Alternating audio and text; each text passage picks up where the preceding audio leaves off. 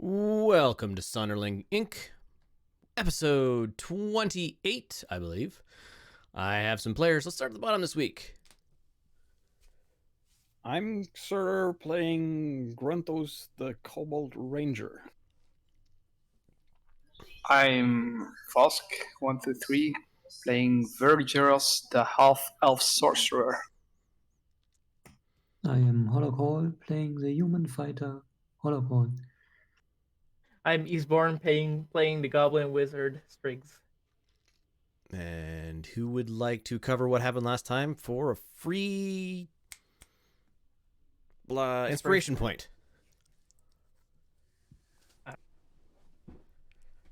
Well, in general, we basically finished up our business in the little cove of the dragon woman, which I forgot the name of.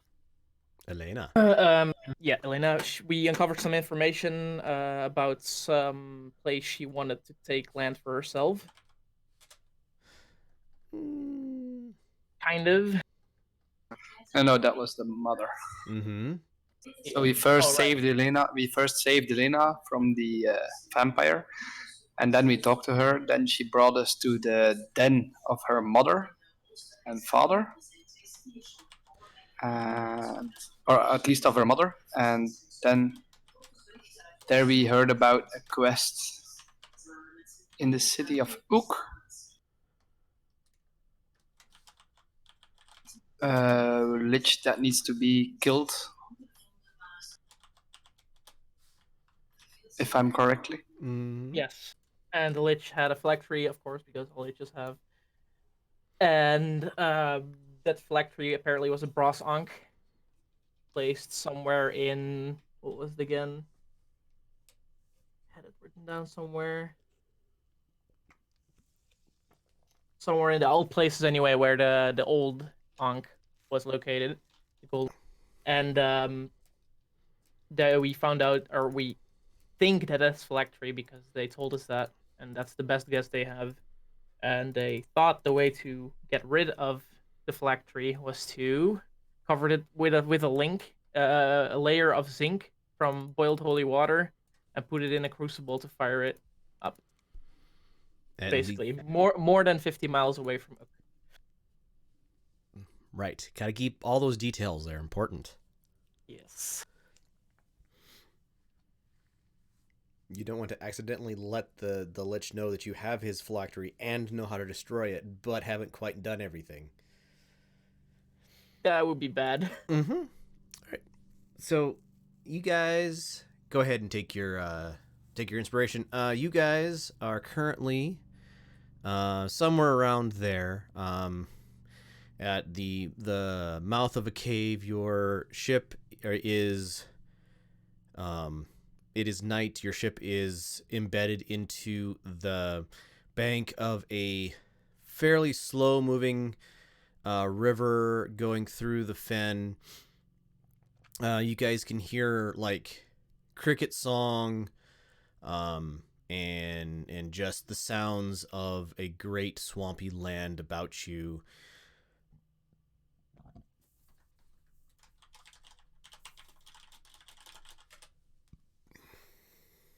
But I'll can I redirect it entirely to Vergos? that's absolutely fine. Yep. All right. It is Okay. the night of the 3rd of Jet, per my notes, if that seems correct to you guys as well. There's the 4th. It was 65-13 right now, apparently. Yes. I have a 4th of Jet sun is setting in my notes. The 4th of Jet. All right, so it was a day off.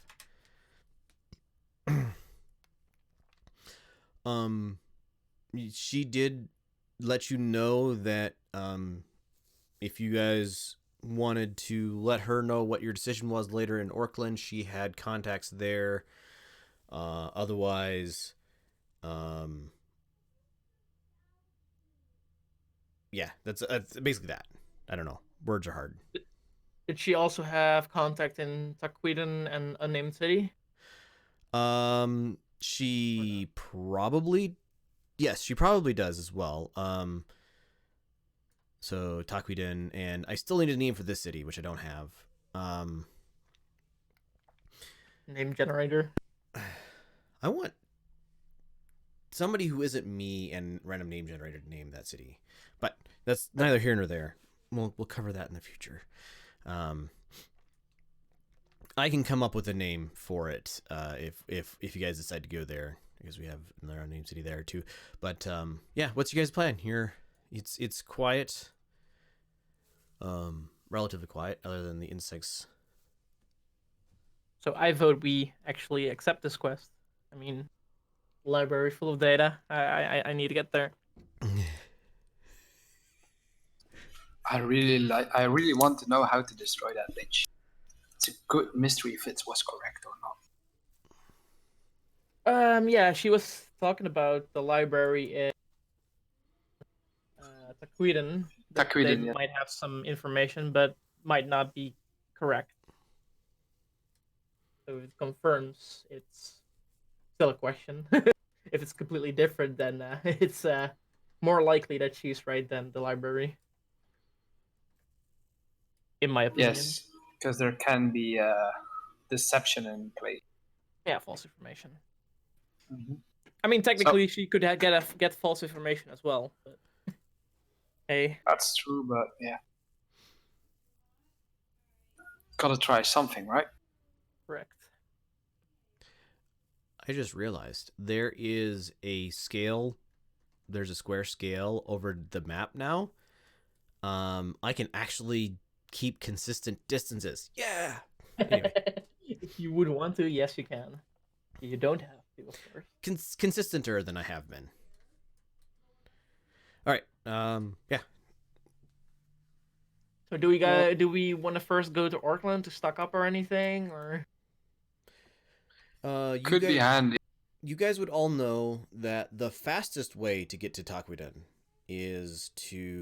would be to go basically back to Auckland, and there is a teleportation circle that you could use to get down to basically any major city. You could, so magic is such that there is a teleportation circle in every major city that you can use as fast travel, not exactly, but not cheap, but quickly to get from city to city. Can't really carry a lot of goods or anything with you, so it's not really a trade thing, except for maybe some small luxury type items. Take the boat.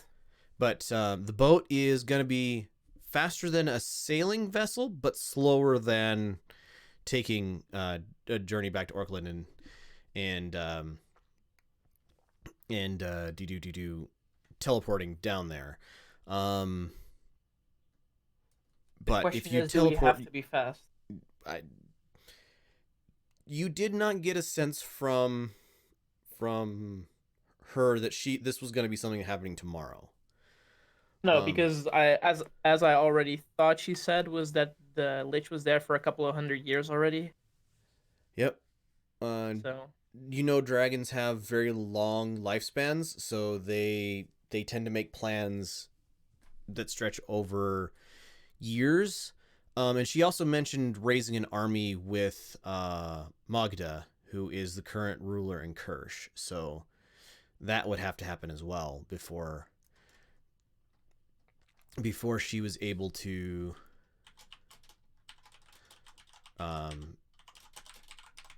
actually make her planned assault on Ook.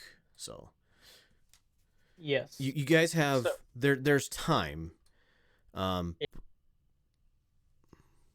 Well, for any reason, my character does want to go back to Auckland first, since we probably need to stock up on holy water. I don't think anyone has that on him, or at least enough. And zinc. I think we have to go to Auckland, because if we teleport, we need to go to Auckland. If we stock up, we need to go to Auckland. It's the nearest city we can buy stuff. We could also go to Taquiden, but I would not recommend it, because what if there are some spies of the Lich and they notice us buying zinc and holy water? I don't think we have enough food stocks to go to the Queen. So I'm. Does anybody here remember how far a travel it was from Orkland to the city there on the Highlands area? It was like 2 weeks or 3 weeks, was it? Or was it a month? I think it's Which closer city? to a month. Closer to a month. So Yeah, a month. I remember something about a month. So if we zoom in, I'm going to get actual scale. So it's, how many squares away is it? Zoom out just a little bit more.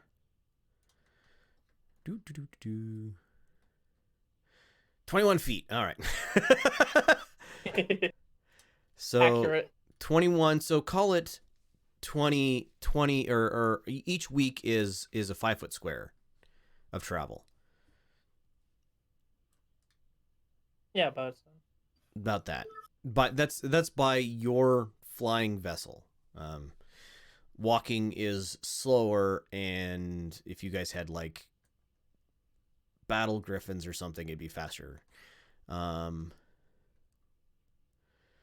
it's around 19 squares So to Takwiden.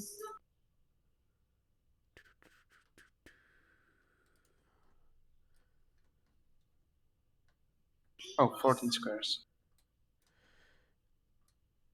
and there's a let's 3.5 months. You're gonna need a lot of supplies for that. yeah, about I got 90. So that's divided 18 by squares. 5, 18. That's 18 squares. 17 is 18 That's squares. So 17, 18 weeks if you were to fly from Orkland there. You can carry, for 6 people, you can carry 3 months of supplies pretty easily on the ship. But after the first month or so, you're going to run out of like real fresh stuff. What is the city on the island? That city is currently also unnamed. I thought I had a name for it one time, but I can't remember where it is. It is think along the lines of Tortuga in Pirates of the Caribbean. It is a den of pirates and anything goes. Very lawless. Stock up, okay. I mean, very friendly to sailing vessels. As long as you're willing to, as long as you have the strength to. Well, if you guys were sailing on the water, you would need to get past all the pirates to get there. But since you're sailing in the air, there's no other air sailing vessels that you're aware of.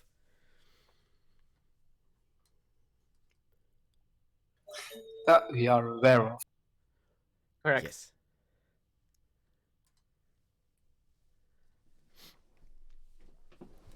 All right, and this city down here is in the middle of a desert. Oops, I can't actually mark it unless I'm on the right thingy. Also currently unnamed, but it is a trade hub for several other like cities in other. There's like, it's a fairly dry desert, but you have oases and so on and so forth. This whole area is rich in like gems, and so a lot of trade goes from here to the coast to go travel by ship, and then some of it travels down the river to Alethea, and then originally would flow all the way to Ook. It tends to stop here and get diverted off. So a lot of the trade going towards the north, south, west on the right, east. There, a lot of the trade going that direction actually has dried up because can't sail it all the way out to the ocean through Ook anymore. So there's more of a land trade route opening up, or has opened up and is established to those towns on the left.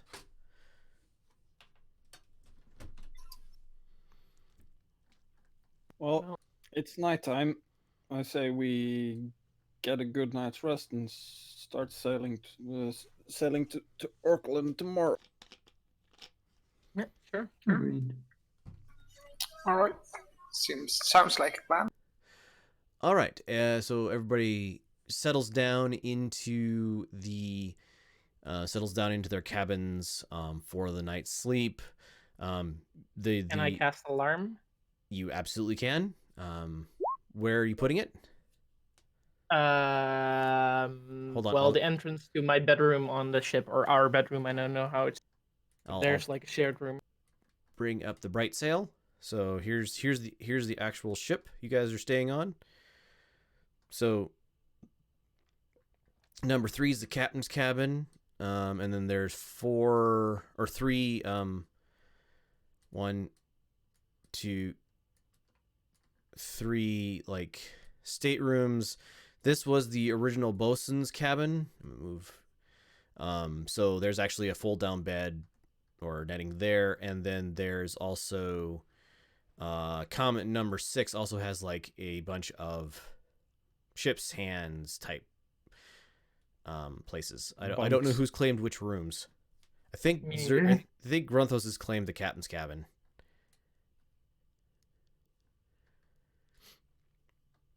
Just because he sails the thing. But works for me.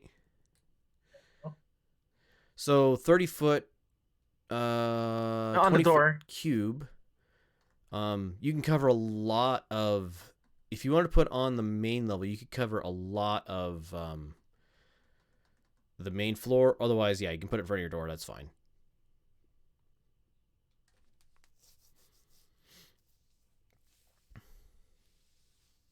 Well, I guess just in front of it, like over here in the middle of the doorway. Then Okay. I'll have some more. What happens if I need to go to pee?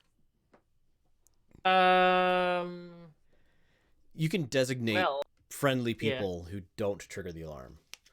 Okay. Is the including alarm the is the alarm audible or is it just in your head? Oh wow, I don't know actually. Is it not written? A mental alarm alerts you with a ping in your mind if you are within 1 mile of the warded area. This ping awakens you if you're sleeping. An audible alarm produces the sound of a handbell for 10 seconds within 60 feet. So both. All right, both it is. But it will wake me up. Yes, not it will per se absolutely wake someone you else up if somebody crosses your threshold. that I don't want to. Just say that everyone on the ship is fine for me. Or let's be more specific. Let's say that the farm hands or the ship hands and our party members. There's What no ship actual hands? ship hands because you guys haven't hired any. But you Okay, can friendlies then. mostly sail the ship pretty well without anybody but basically the PCs. Just the PCs. Yeah. All right, so you guys go to sleep. I would like Striggs for you to join me in the sideboard, please.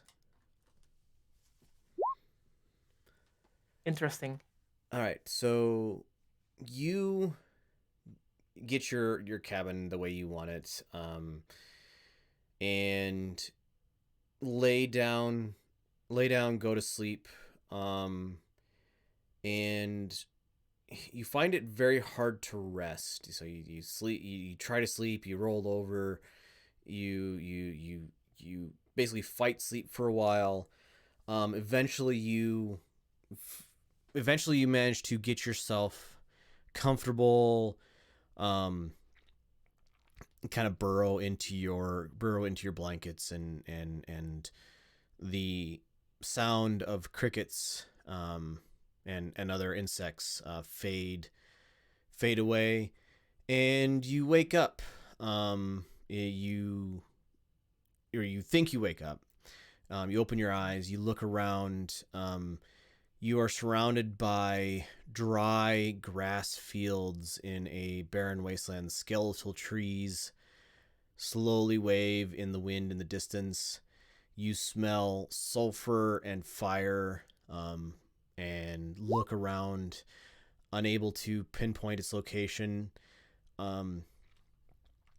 Off in a great distance, you see a pillar of light gout from the sky, splash against the ground, and you see a half dome space unaffected by the light. A beam of necrotic energy, you're able to tell, lances back, following the beam of fire back to its source, and you hear a great dragon scream, and you can sense it fall from the sky, and it lands so hard you can feel the ground from a couple miles away shudder with the impact. You find yourself compelled to run to this location. You cross this 2-mile distances in mere moments, and you look upon devastation of an army slowly being raised as a great necromancer or skeletal mage of some sort lifts his hand, and those who were fighting moments before for the side of your friends you recognize are now rising up from the ground and turning on their companions. You see a great red dragon laid out, breathing his last, while two black dragon nearly the same size and another one stalk around the shield that this creature has. You see this creature chortle with joy and then pause, stare straight into your soul, scream, and then vanish into the distance. And you wake up, breathing heavily, sweating, unable to control your pants.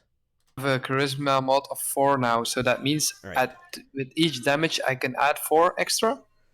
Yep, when the spell does the When it hits, yeah. Yep. That was Okay. a long one. All right. Well, I'm gonna clean myself up. Wait, what? Everybody give I'm me awake. perception roll, please. You're all dead asleep, so roll it with disadvantage, but get a 10. Same as me for me. No, you don't need to, because you don't need to. Got it. Grunthos makes it. Hollock, 15 plus 4 and 6 plus 4. You got 10. Voska got... Hey, everybody got it. So everybody hears Strig's call out as if awakening from a terrible dream. Yeah. It's probably 2 in the morning. The night insects are calling, but the day insects have, it's relatively calm, quiet. As in 2 in the night. Yes. 2 hours past midnight. The bell is not ringing, right? Nope. The alarm bell. Okay. Well, I use message to send to Strix. Are you okay? I'm fine. Just had a bad dream. I sent back. Did you hear that? Yes. Okay. I almost thought I didn't press push to talk. Okay, if you need anything, just give me a shout. I use messaging. No, thank you. I'm good. Not wanting to show myself right now. All right. Everybody else. Okay, Striggs, you are unable to get back to sleep tonight. The vision in your mind immediately pops before you. You pop wide awake, basically adrenaline coursing through your system again. Everybody else going back to bed, or are you gonna do anything, or what? Was it 4 hours past when we went to sleep? Sure. Something like that. Something like that. Yeah. I only need 4 hours of Oh, that's right. resting. So I'm awake. Grantos is groggy, tossing, turning, and just passing out.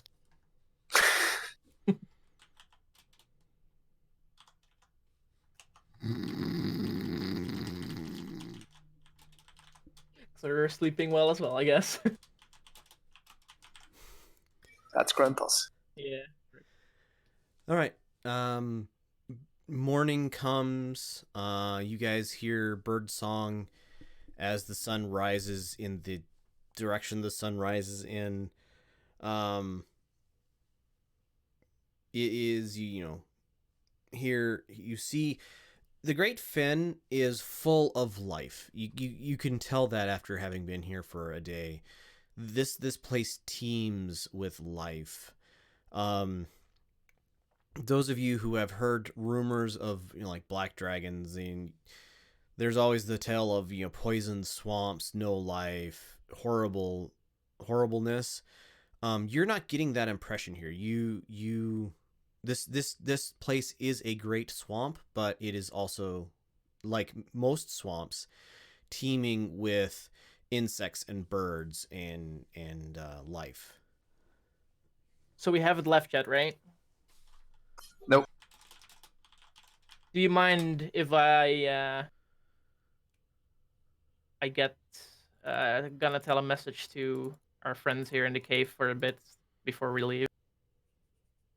I sometimes get these dreams which are like lifelike, and something horrible happened. It was about the thing they were discussing yesterday, so I just wanted to let them know. Sometimes they happen, sometimes they don't, but yeah. Better be safe than sorry. Okay. All right. Who do you send the message to? Elena, Natasha? Well, I'll hop down Right. anyway, and I'll enter the cave again. We'll see if Elena is there laying around in the lake or not. And if she's not, I'll knock on the door anyway. See who answers. So as you head down into the tunnel, you hear a bell go off, and you see Elena surge up out of the water, like she is. Is it the familiar bell? Yes, it is a very familiar bell. It is very like a creature that large should not be able to move out of the water that silently. But she lands basically in front of you, peers down at you, and then you can tell she has kind of a half grin on her face. And she shakes water off of her hide. Good morning, little friend. Hey, I say nervously. I had a little bit of a dream last night, and I might be interested for you to know as well what happened in there. Sometimes I get these dreams that sometimes do like show me something that might happen in the future or might not. She kind of cocks her head to the side a little bit like a curious dog, and says yes. I don't know if you got anything of the conversation we had yesterday inside about the lich near the town of. She shakes her head. Well, your mom was saying that. Assuming it was her mom. Your mom was saying that she wanted to have some sort of land for herself. I guess the same as you wanted to have the underground ruins there, which didn't pan out as well back then, but hey, next try, right? And she was still talking to us about a town called Ook, which was overrun by a lich and his minions, and was talking about a way to get him defeated or anything. And she was also talking about talking to Magda to raise an army to take over the city after we, or someone at least, got rid of the phylactery of the lich, as liches have some sort of item that resurrects them as they die without that item being destroyed. And in my vision, I saw basically a fight between two armies, and 3 dragons, 1 great red dragon and 2 black dragons. Assuming one of them is, of course, you or your mother. I don't know for sure. The others I don't know, but one might be Magda. I don't know what type of dragon she is. I've never met her, just heard of her. And they got horribly defeated back there whenever they tried to obliterate the city with fire, and the lich protected the city from it, and then shot up his own magic to defeat the dragons. So I just wanted to let you know that I had the dream, and just so you might be able to prepare that it's a pretty strong kind of lich, I think. Strong enough to at least take out three dragons without dying itself. She nods and says, I will let Mom know what you've said. She knows a lot more about, you know, augury and oracles and that sort of thing than I do. But if what you say is true, at the very least it will give us information to help prevent that truth from becoming the truth. And yes, if you can maybe relate, what I saw, I was far away, but I saw the dragons flying over the city, like straight over and firing. I thought it was some kind of flaming magic or breath or anything downwards. she smirks. That was what happened. Probably a breath weapon. Yes. Since, you know, we reason, dragons breathe. Well, I don't breathe fire, and she puffs out a small cloud of like acidic air. I cough a little bit. But I will let Mom and Bowen know what you have said. Yeah. Thank you. Yeah. I hope it helps anyway. I hope that won't come true. And then I'll wave goodbye and say happy day. Sorry for the disturbance. She bows her head at you and goes. She dives back into the lake, and she kind of vanishes into the darkness of beneath the water. And then I move back to the ship. Give me a perception. No, yeah, give me a perception roll. Oh yeah, good enough. You see kind of the shape of her, and you realize that this great, or not great, but this lake that is in here must connect underwater to some other place, because she basically disappears. From what you can tell, she disappears into the side of the where a wall should be, basically. Where a wall would be if it was a, you know, if this was just like a bowl in the bottom of this place. Yep. Okay. Oh, interesting. All right. Do I know of any magic that does that? I mean, I know Dimension Portal, but Dimension Door. Dimension Door would do it. Just an illusion spell could make it look like the side and not actually be the side. There's lots of magic that could do that. Yep, but I'm fine with that. Just knowing it. Okay. I'll just move back. You head back. By the time you're back to the ship, people have made breakfast. It's, you know, you guys are down. You guys have been traveling from Auckland for a while. You're probably on your last set of bacon. And the chickens have been sacrificed because there's no more food to feed them. So the chickens have made part of breakfast as well. Ooh, fresh poultry. That's mine. Sacrificed to your stomachs.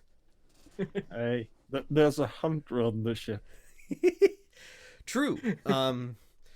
If you want to give me, you're on the ground. You could spend an hour hunting for food if you want. Although, knowledge nature. Oh.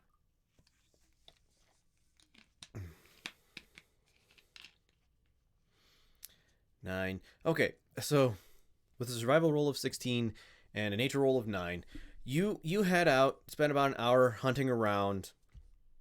You get some small, like ground birds, but that's pretty much the largest. I guess they're not small to you, but think chicken-sized, or probably a little smaller than that even, birds that actually probably quite a bit smaller than that. So, you know, small birds, but they seem to be about the only, air quotes, large prey in this area for somebody like you. There's no, you know, this is not a place that has cattle or deer or that sort of thing. More lizards, toads, stuff like that. There's you know, toads and frogs and stuff, but they're not big prey. No. Definitely. I'll take a small handful of duck or smaller sized bird. Yeah, I think guinea fowl. I'm not sure. The birds of the fence. There we go. Corn bunting, pigeons, and Grouse doves. would be water based. like a partridge. That's what I'm thinking of. Gray partridge. Look that one up. That's the kind of birds you find. That's exactly the kind of birds you find. It is in you. Why are you moving? That's a clip that's pretty well known, where a guy shoots it with an arrow. All right. So you guys eat breakfast. Thanks to the hunter friend, the little hunter dragon you have. It's the birds are like extremely. They live on a diet of bugs mostly, so they have really rich flesh, very kind of earthy, gamey, lovely tasting if you're into that sort of thing.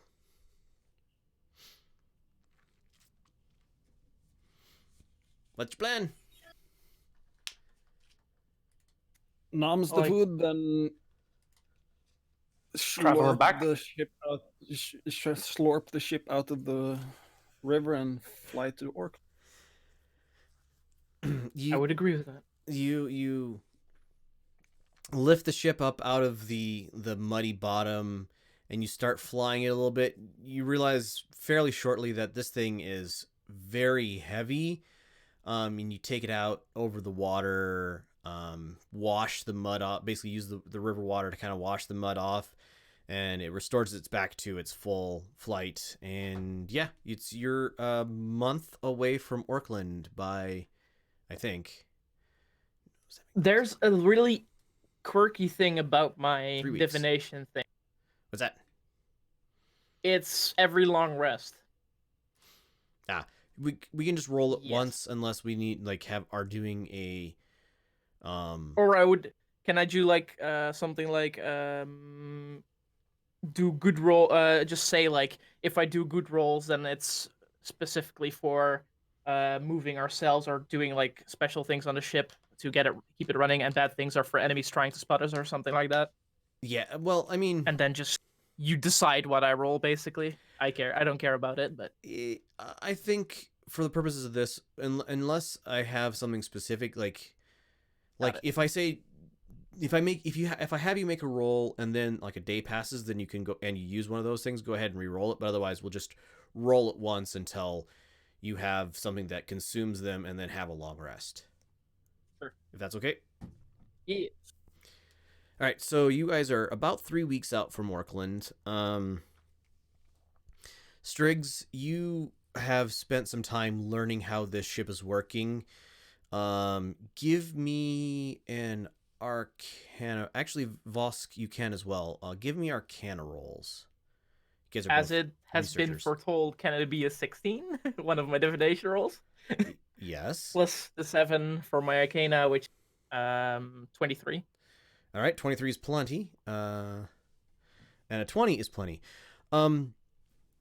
You guys think that with some time, this you can tell that this ship is a first of its kind. It was created to survive if it lost its ability to fly. So by that I mean this is still an ocean-going vessel. It just happens to also fly. You think that with some time and some engineering, you could strip out some of the stuff that you don't need, as if you're not going to be landing in oceans, and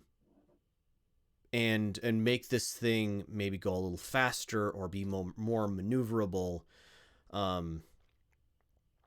Actually, both of those things.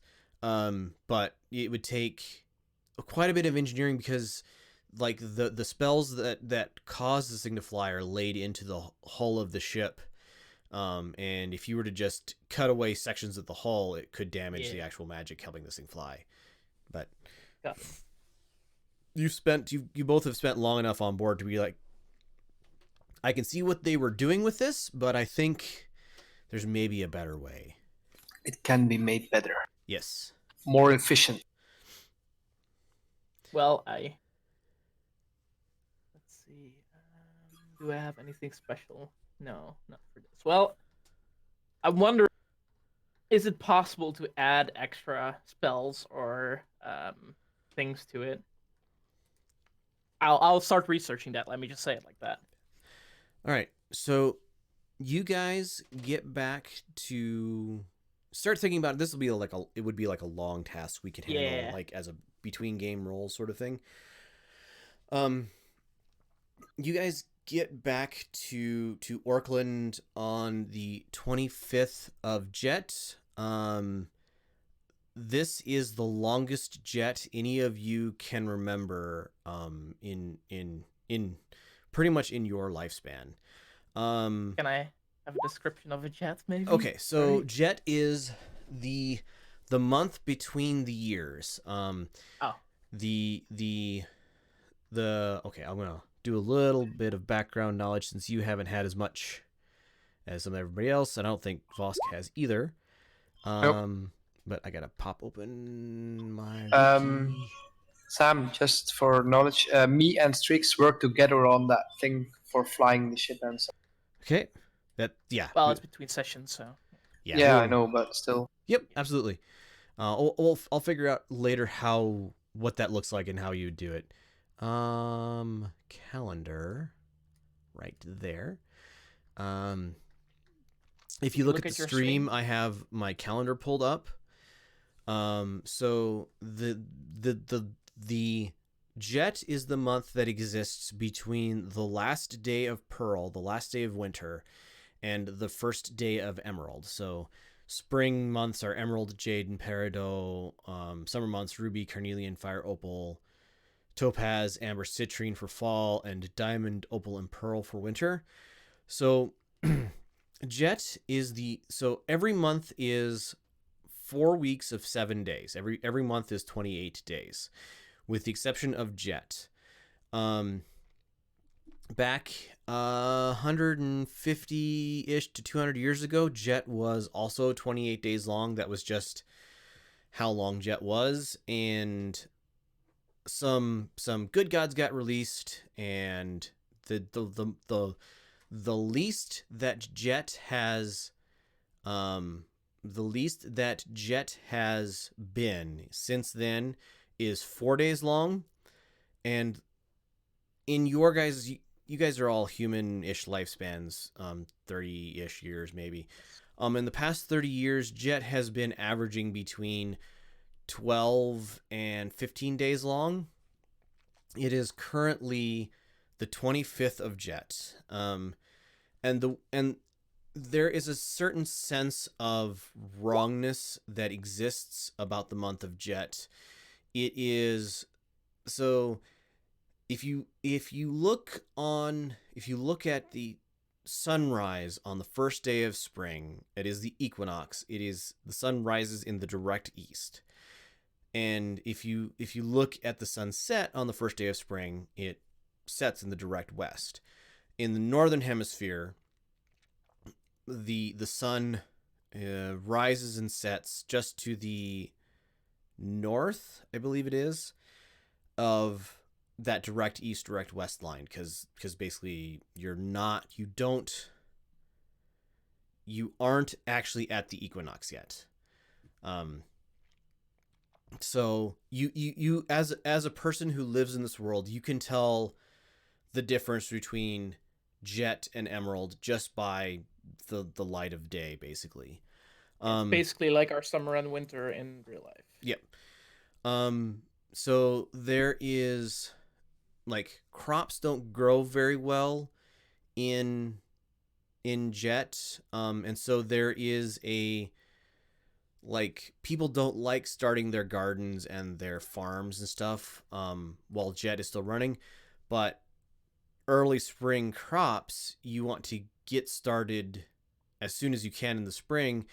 And if you depend on, like, say, you depend on a garden to supply some of your daily food, your winter stores are getting very low, and if jet is long, you may be tempted to start like planting radishes and so on and so forth to try to get something new coming in. But anyway, so it is the 25th of Jet when you guys see Orkland crest the horizon fairly early in the morning.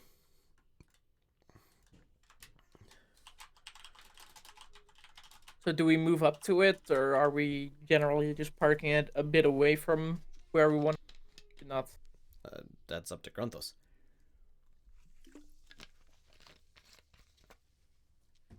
Most of the people on the docks have seen me take off anyway, so I come in at the keel about 4 inches above the water, through the back.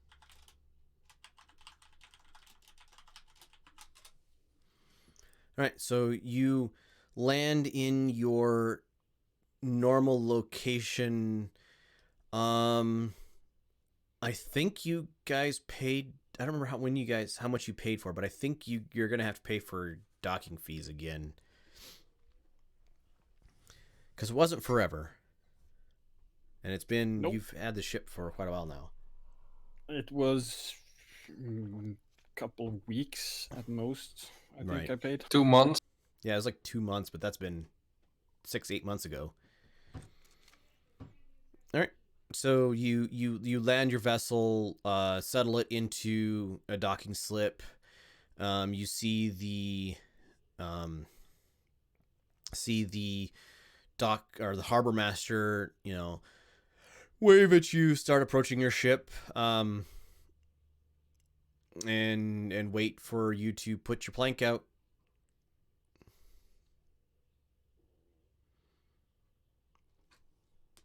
How much for a year?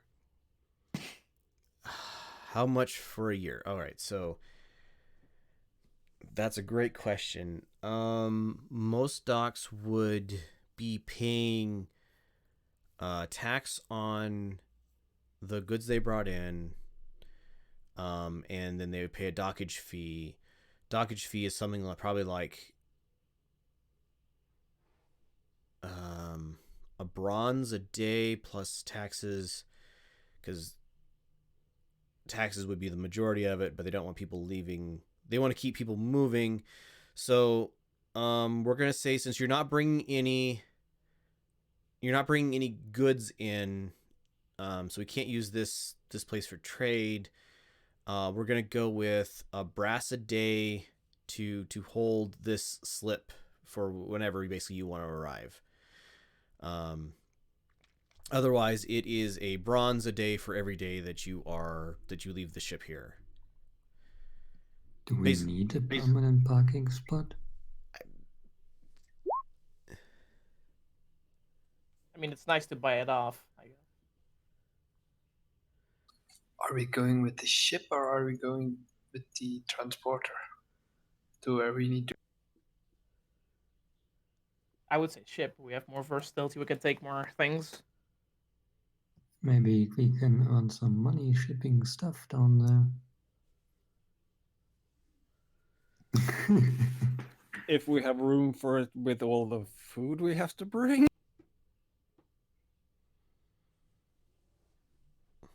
It was just a question. Anywho, I'm not sure I got the response, but I'm guessing about 500-600 brass ish. So each year is 12 months of 28 days. 336 days. So a brass a day would be 336 brass for a year. It would basically, you would hold the place until the last day of brain fart, name of the month. Last day of Pearl, if you gave him the 300 and whatever gold today. Because he doesn't know how long Dret's going to last either. Nobody knows that. That is true. I'll start by handing him 7 brass for a week. All right. He makes a notation in his book. You guys are at just because you know this place, you guys are at slip probably 8, which is one of the slips closer to the ocean, but is not built for the big ships, the big ocean going ships. Like a big ocean going vessel like your orc sailor friends might take 2 or 3 slips as well. Your guys' ship only takes 1. But he makes a notation in his book, waves, and heads back to his thing, and some of the dock hands kind of look up at you. Anything to load or unload, friends? Very reasonable rates. Not at the moment, sorry. Oh, come on, Grunthos, you know us. You gotta have something, right? Well, we have to go buy the stuff first. He laughs. All right, I guess. Loading only food, taking off nothing, just like normal. You guys have the boringest ship that I've ever seen. Words. While floating above the sea. Oh, it's just on the way in. When we get there, it plonk down so the plank doesn't get too steep. Right, but he did watch the ship sail, like, fly in. But yes, I guess familiarity breeds contempt. He doesn't care about the flying part anymore because you guys you're not unloading, massive piles of gems and... What does he know about that? Maybe we just can't carry it at all. All right, so they go off to probably about an hour after you guys dock and tie off. Another vessel pulls up. This one's full of half-elf sailors, captained by a full elf. I don't know that you guys would ever have met them before. I was about to say, does the captain look familiar? No, he does not. And they pull up and they start, like, the dockmaster comes up to them and they talk and whatever else. But the dock hands pretty soon have work, like working on taking out from the hold and unloading this vessel. You guys are in Orkland. What's your plan, Stan?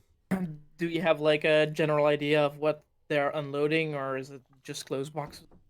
Just from a distance. From a distance, perception. If you want to get up in there and actually look, investigate. No, just looking. Like how heavy the boxes are, and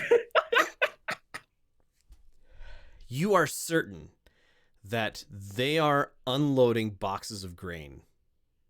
okay. Just flat out, you cannot be convinced otherwise. Just low quality foodstuffs, Yeah, general just trade. food. That was impressive, sir. Double fail. Basically. There should be I'll critical failure for that, but no. Yeah, you're convinced they're unloading grain. You could make me think they're very valuable, or anything, and I'll just go up. Oh well, you're certainly taking a risk there. I'll go say that. In fact, is that one of the taking a risk that with moving all these expensive goods? One of the sailors from the ships like comes down and like watches you. He's not very subtle about it, but he's got a kind of a frown on his face, and he's watching you to make sure you don't get too close to any of their barrels and boxes and things that they're unloading. When and if I notice that, I'll just move a bit back, just not to be a threat. All right. Yeah, it's the morning of the 20th, or maybe noon at this point, of the 25th of Jet. You guys have a whole Halak? day. You do remember that Natasha told you that if you wanted to do this, you should let her agents know in Orkland. Do we know her agents or who they are? Basically, I think she said, start asking around for me. Basically, I should know one, didn't I? We might first might want to make sure if we can gather the materials that we need for it. in fact, Hollock, you do know one. The question is, do I let the others know that I know? It's entirely up to you. I was about to ask Halak if he wouldn't mind going. If it seemed like we're taking the ship, trying to source enough food for the 6, plus maybe extra guards for the trip. Extra guards, what do you mean? I don't know if we're gonna pick up extra guards. Just Why extra food in case. Are we 6? Did I lose someone? 6 is yeah, it's basically all of the PCs. Oh, yes. 2 people not playing today. Yes, right. Yes. Who still exist and are working on other things. Don't worry about it.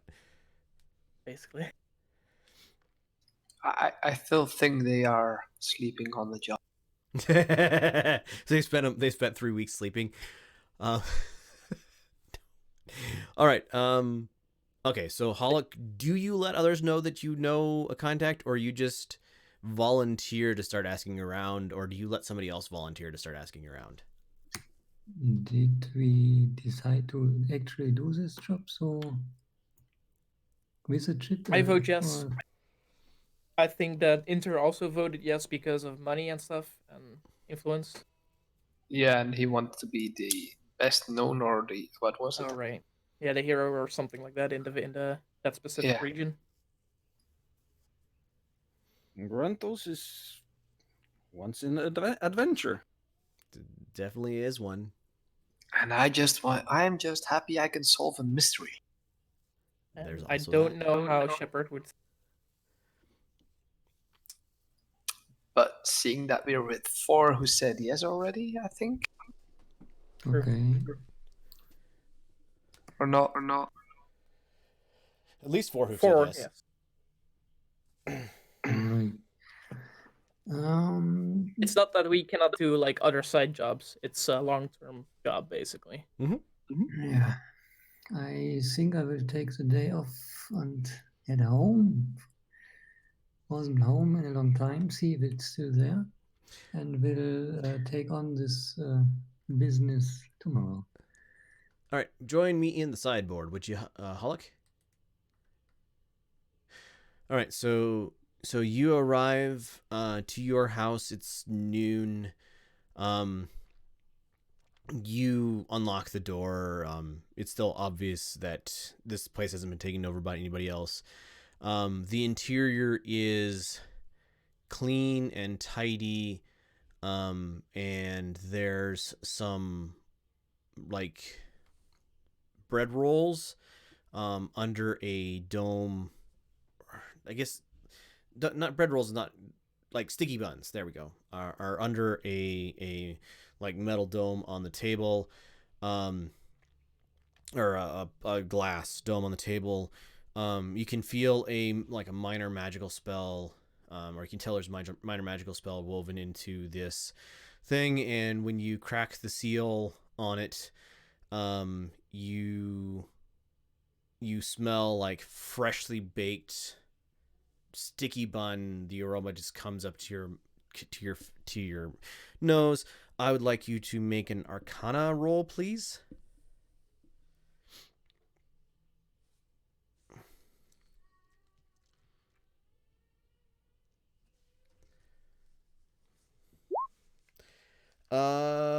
Other than that, they are lovely just like they were made this morning, sticky buns. But you're pretty sure that the dome that was over them is like a preservation, so that much longer than this morning has passed since they were made.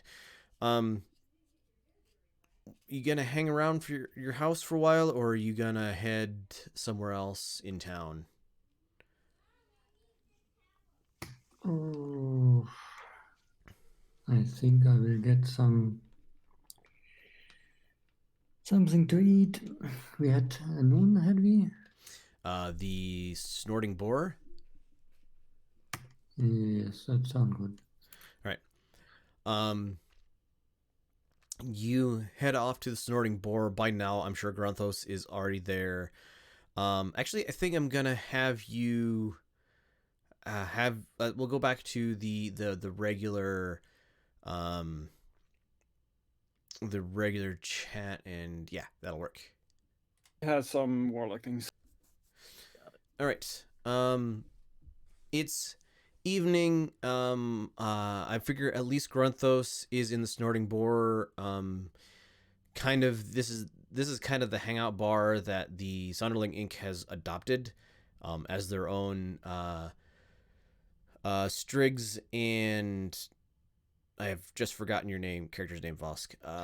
Vergeros. Oh, Vergeros. Have you joined them Sorry. there? There we go.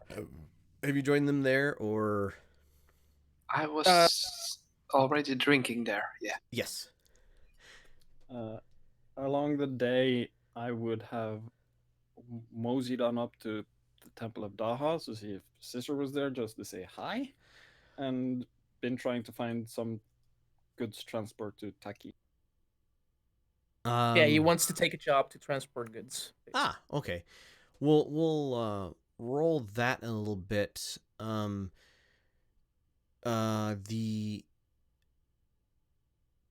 would bury my face in the library and then come back to the tavern. Sorry. All right. So, Striggs, you have a book that you've taken out on loan from the library. You, as a wizard, have convinced them that yes, you know what to do with books, and no, you're not going to damage it. The name of the fact that you are hanging out with Grunthos and Hollock actually goes a long way to get you that book loaned out without any more like harassment. Thanks, guys. And you arrive back in the bar. Hollock, Grunthos, you and Vergeros see Hollock enter the bar and sit down at you guys' table, and in the back of the bar, actually, yeah, everybody would notice her.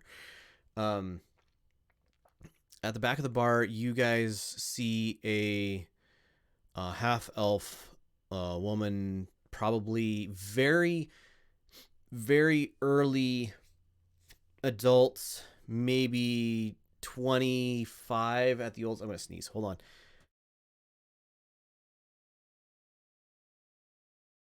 Maybe 25 at the oldest. She still has kind of a young look about her. She finishes up her drink at the back of the bar, and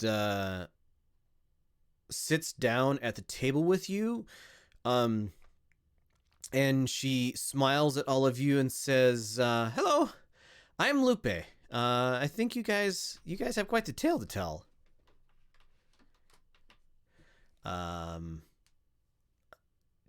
Don't think. Actually, I think, Hollock, you're the only one who would recognize her. I sure hope so. Well, yes, but we'll try to keep meta knowledge from traveling too far. But I'll Might have just bury my face on my spell box. what was that, Grunthos? Might have seen her around town, but yeah, you've seen her around town. She always looks like when you've seen her, she's always walking with a purpose to a place. But other than that, that's the most you recognize. She offers her hand to all of you in turn. true, Horgold's not here at the moment, so we won't worry about it. She offers her hand to each of you in turn, introduces herself as Lupe, and she mentions that there's a certain dragon friend she is the agent of here. All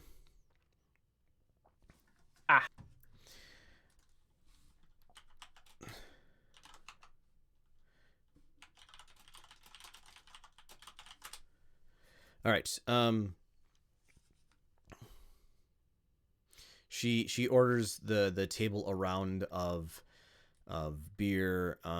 At this point in, like, the beers that are being served are fine, but they're kind of that overly hopped, preserved beer that, you know, they are opening, if not their last kegs, at the very least they are hoping for new grain harvests soon so they can start making new beer, sort of thing.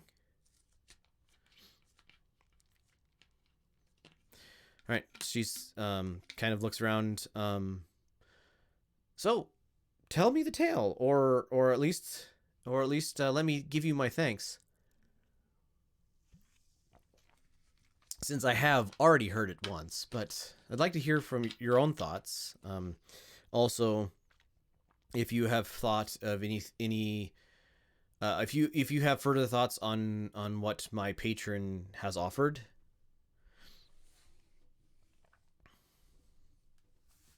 We Did have I? given it some thought, and it seems the group is in agreement that we should try to help.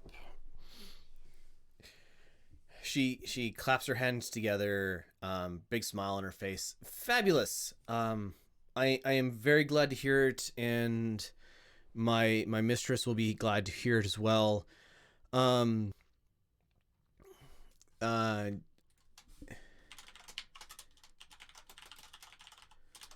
on. There we go. That was important to do. It isn't it? All right. Thank you. My mistress will be happy to hear it as well. Have you given further thought to what portion? She mentioned to me that there are many tasks that you can help her out with before we actually go fight the great fight to conquer this great evil, and, you know, blah blah blah. She actually says, and blah blah blah whatever. The relationship that my mistress has with Magda is a bit strained, and if you would want to go up and talk to her in Kirsch, that would be appreciated. Otherwise, there's, you know, I'm sure more research you could do, or there's other things you could find out. I should stop fiddling. If you know, what plan do you have going forward, and if you don't have one, then I will conference with my mistress, and we will basically give you some thoughts about what we'd like to do. You are, she smiles at all of you. I guess you would say agents of change. She gets back a grin with altogether there are too many teeth that should fit in a normal size. I have many thoughts. I have studied history, working for my mistress. Small groups of people in the right place at the right time have made great changes to this world. The return of the gods, the rise of man, you guys would all be familiar enough with history to know. Yeah, she lists off like 3 or 4 or 5 different things. Like, you would know these references in history. Like the return of the gods was 200-ish years ago. The gods came back from wherever they were hiding and started like appointing paladins and having them do great deeds. The rise of man, the kingdom of Kartuk has basically taken and conquered much more territory than any kingdom has in the past. There are more humans over there than there has been in any time in recent history. And they're even like pushing into the Lakshank forest, and the elves are if not feeling threatened, at least talking seriously about becoming a vassal state. Some of you would be knowledgeable enough about that. Becoming a vassal state before they are conquered outright. And she lists off a couple more things. And she says, I believe that agents of change such as yourself can do great good, or cause great evil in this world, and I would like to see the good part of that, and so I'm happy that you are willing to help my mistress out.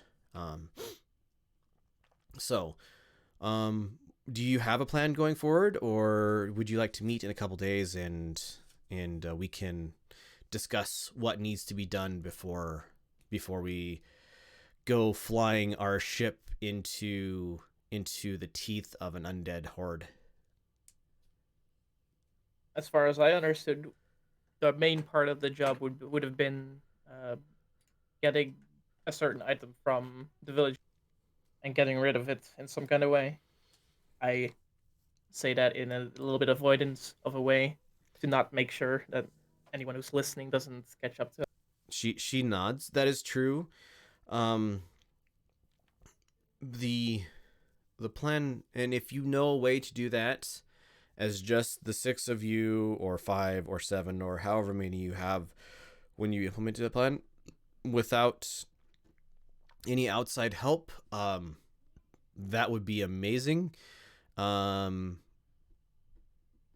It's I would warn you that this lich is survived attacks by groups such as yours for 200 years.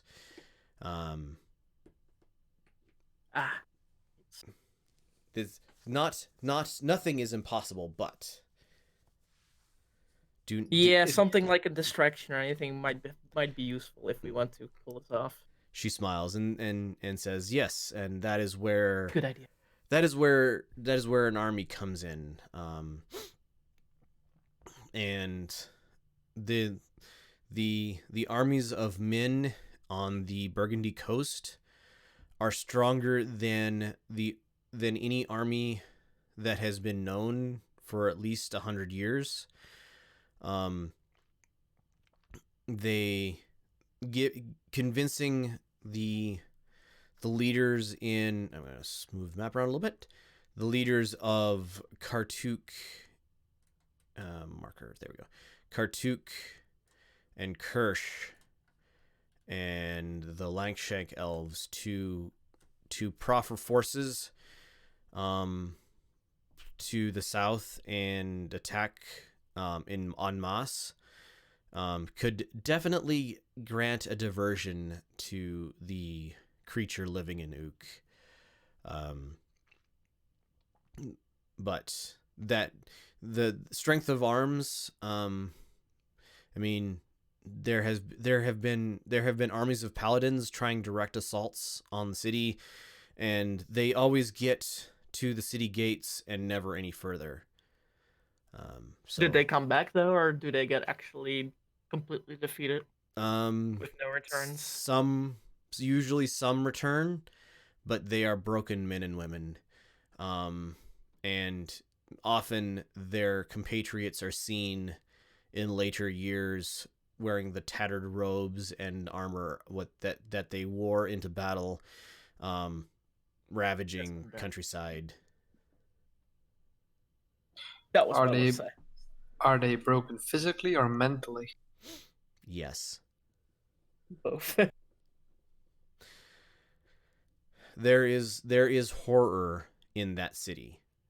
Do not think that do not think that the only thing you have to worry about is being physically destroyed. There is great evil that lives there, and evil gathers evil to itself.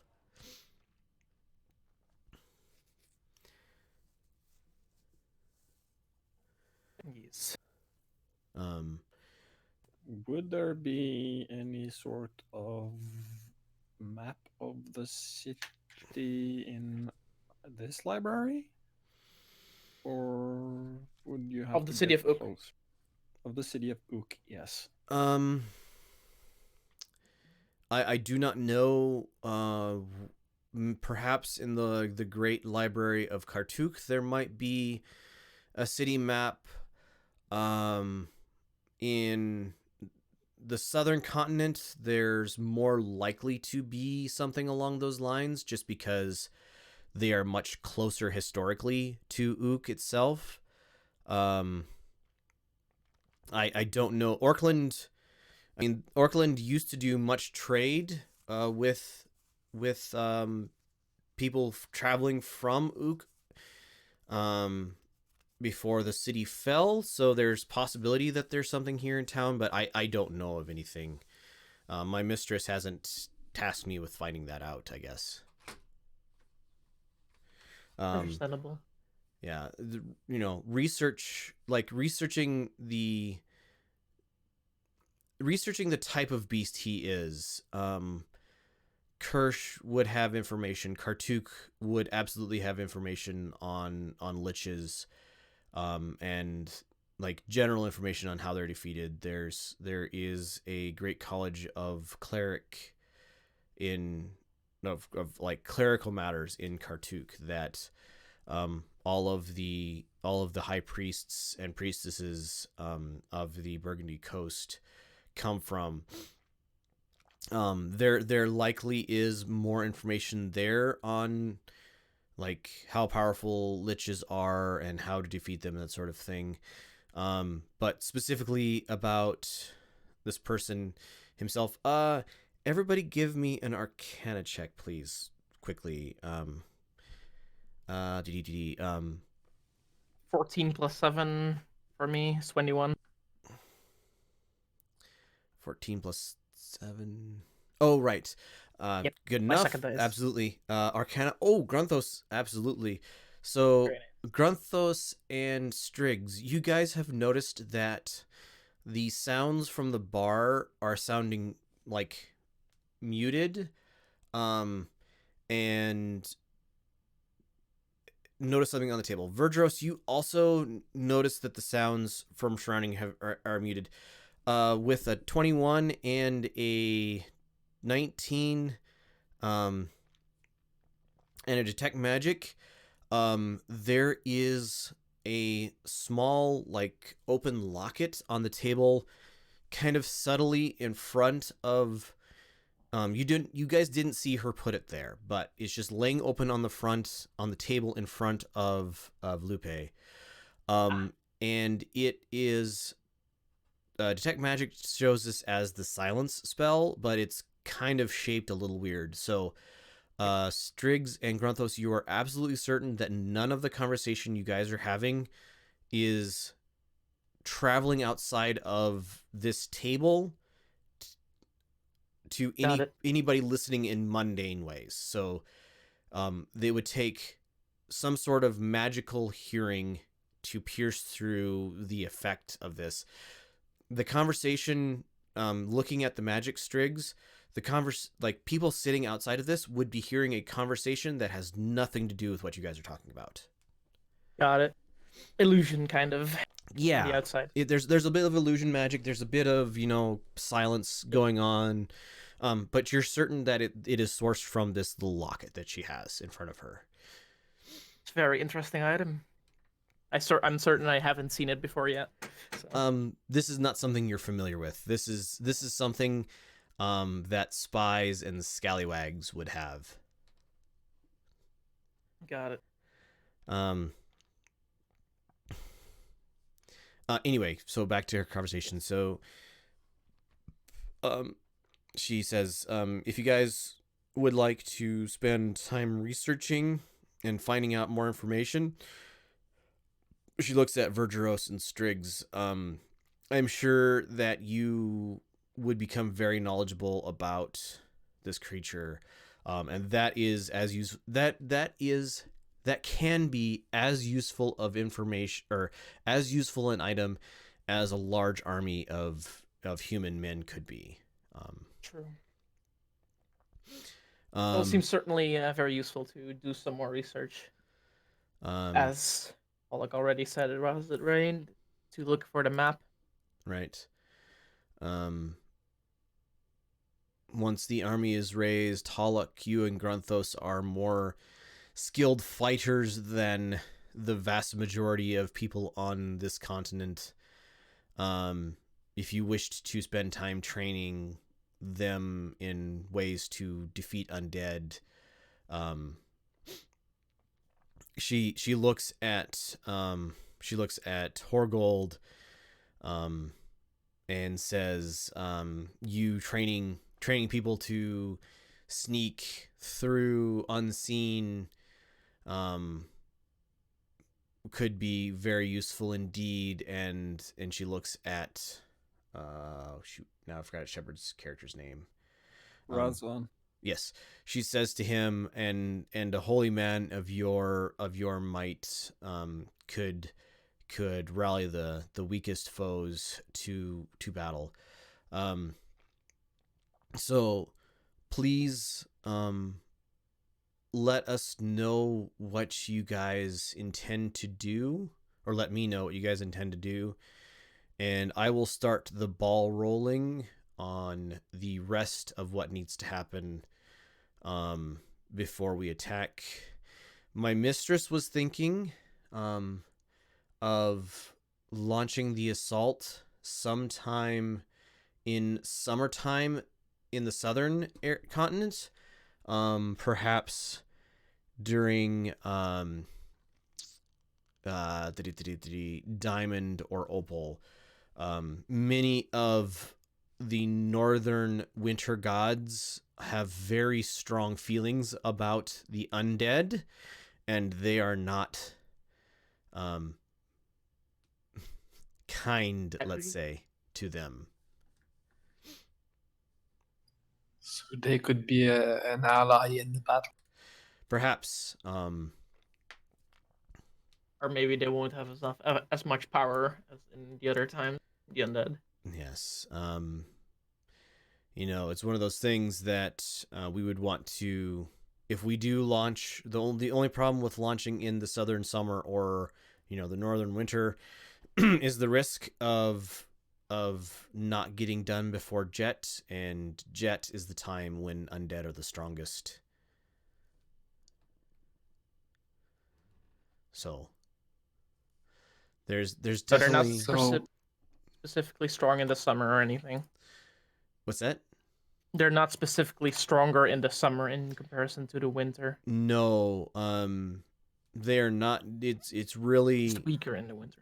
They're weaker in the winter, but Jet is where they rejuvenate, where they can raise vast armies, if they have the fodder for them.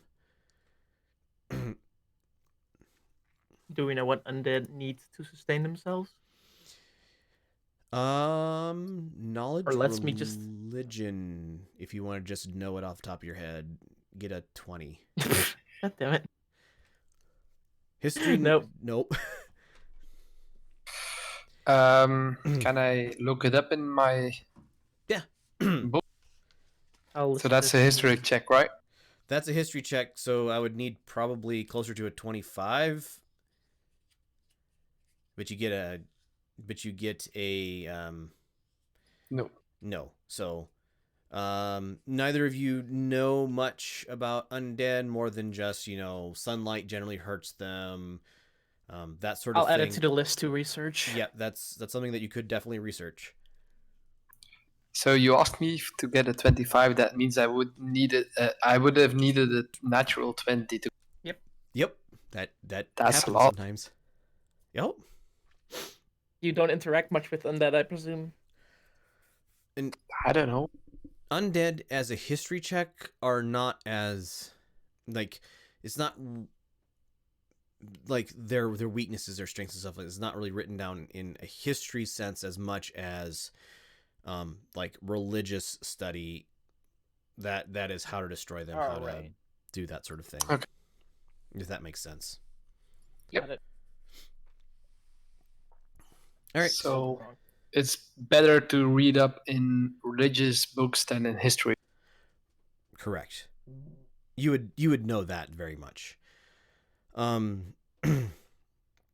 She smiles at all of you one last time, waves for another drink to your table, closes the locket, and like the sounds of the bar around you kind of come back up and says to you, I shall be here every afternoon.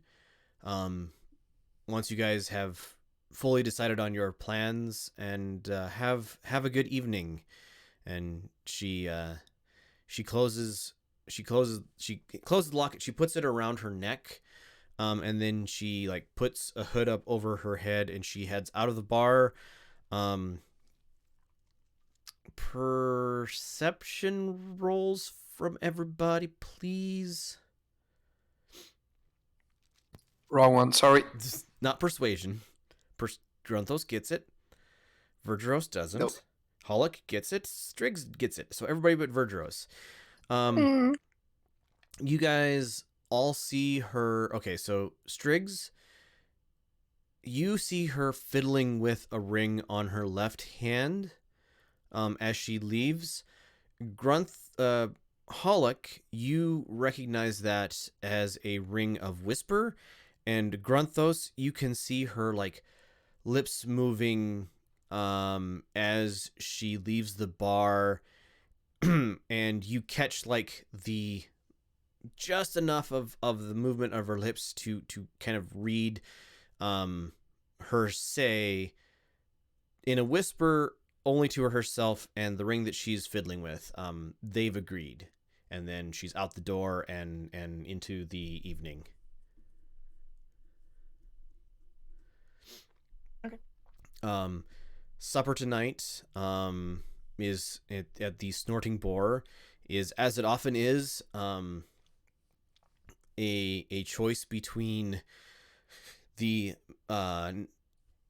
moniker of this place, Slow Roasted Pig, or there are also racks of like lamb chop, or like racks of lamb being sliced and served. The meat is a very like hearty, deeply longly cooked meat, served with like crusty dark bread, and it would be great if it was like a stout or like a strong beer to go along with this, but mostly what they have here is just for beer, I should say, is just kind of almost an IPA, just an overly hoppy light beer.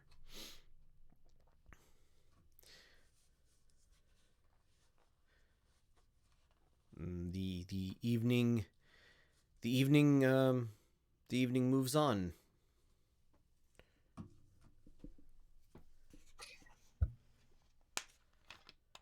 I whisper to everyone, it's best not to talk here and plan here. Maybe we'll talk somewhere else. Maybe on the ship, I suggest. Yeah. All right. Guys, head back to the ship to make plans. Depends what I'll head back anyway. Grantas and Holagwal wants to do, but I'm heading. The little dragonling starts woozing between the shops, trying to find a shop still open that could maybe sell a shield. This evening, the shops have all closed at this point. Definitely can find one in the morning though. Yep. Just nosingly, very tipsy around, looking at shops, trying to see if they're open, failing to see anyone open, just swaggering down to the dock. All right. Hollock, what are you up to? So we all meet at the ship, then I will head to the ship. All right. You guys all meet up at the ship. Grunthos is the last to arrive. He's a little in his cups when he arrives, but nothing to keep him from being able to board easily. And the interior of the ship. I go ahead and go back to that tab. I'm just dragging the players all over the place today. Whoop. So you guys probably meet up into the like That one. that one. Yep. Which is a large like dining area, well, at least large for a ship, and just there's very muted sound coming in from outside. You guys can hear like muffled boats moving back and forth, but you feel like you have a fairly, like, this is a fairly safe place to speak. Even in an active dock, there's not really anybody else moving around. The dock, the place is settled down for the evening. The half elven or the elven captained ship is noticeably like higher in the water, as you think that they have completed their unloading. Like, the dock is clear of anything else, but you don't see the goods to be loaded onto that ship tonight. They might stay for the night. I'll assume. All right. Well then. Well, what should we do first? I guess some research is in order then. And maybe some Yeah. training. We can train while flying over there. Well, training of the armies, right? That's what we were talking about. Yeah, she wanted us to help train the fighters that the army would bring. Yeah, But we're before that, first, we need to convince them first to join us on our. Anyway, talk to Magda about it.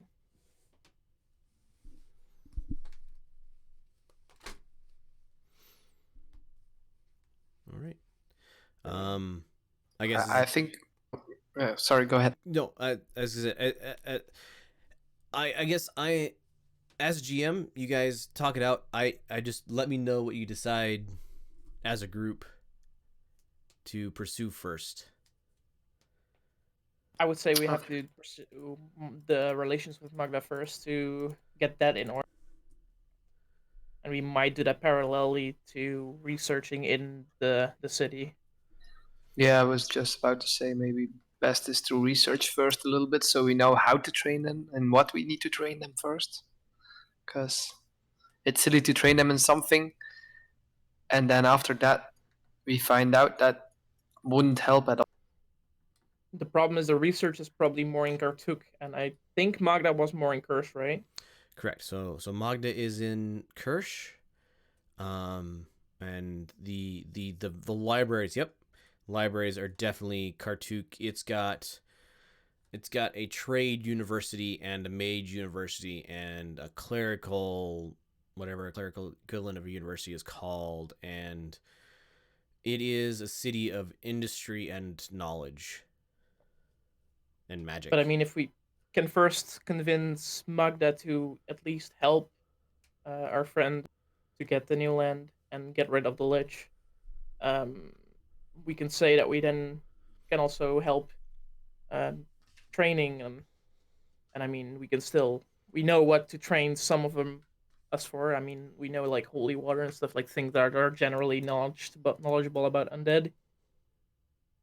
I hope it's holy water that's generally bad for undead.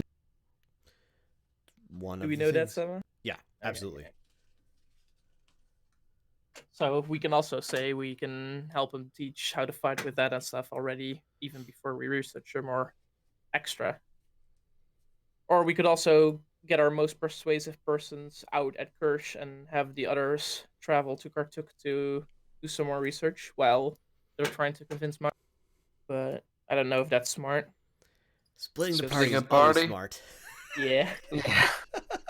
And Especially Magda might also want to let us do some job before she wants to help. I mean, an eye for an eye or help for help, You scratch my back, I scratch yours. basically. Dragon's got a lot of back to scratch. But didn't you I- guys already have some good relationship with her? I don't know. I wasn't there. Huh? I've Um, lived in or near Orkland most of my life. yes, some of the people in the party have a good relationship with her. Most of you have never met her. Yes. Presuming Xerder and the two who are not here. Actually, only Hollick and Grunthos. Horgold, to my knowledge. Oh, ah. Grunthos, yes. As I said, Grunthos has lived in or near Orkland Ah, a large majority of his life. He hasn't even been to Kirsch. got it. The closest he's been through Sand Meadow on the train. Mm-hmm. All right. Okay, so we're going to Kirsch then? I would say so, yeah. All right, that is a great plan. All right, how are you guys gonna Then get there? we could try and get a shipping job to Kirsch, try to make some money. I Let's think say Gruntos likes money. spend a day to get the job. If we don't find a job within a day, we would move on or something like Yeah. that. Something like that. All right, so you're gonna take your boat there. That's perfectly valid. Yes.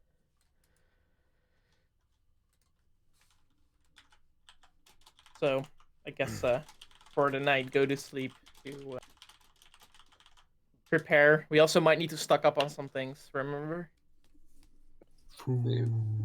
Your food supplies are getting rather low. Food, holy water, zinc, whatever we can, at not too high of a price. All right, definitely. Those of you who have more business acumen now, buying the stuff in Orkland before word gets out that this army is being raised to fight in Ook, definitely Would be a smart thing. the cheaper thing to do. Yes. Mm-hmm. All right, so you guys finish talking. Hollick, you can, I guess, go to your beds, whether that be at your houses here in town or on the ship. Night falls. You Question. all fall to sleep. And you all look. Oh, best wait. Hmm? Can I cast alarm again before we fall asleep Absolutely. at the same spot? Yep. You guys are all fighting desperately in. So you all go to wherever you're sleeping the night. You fall asleep.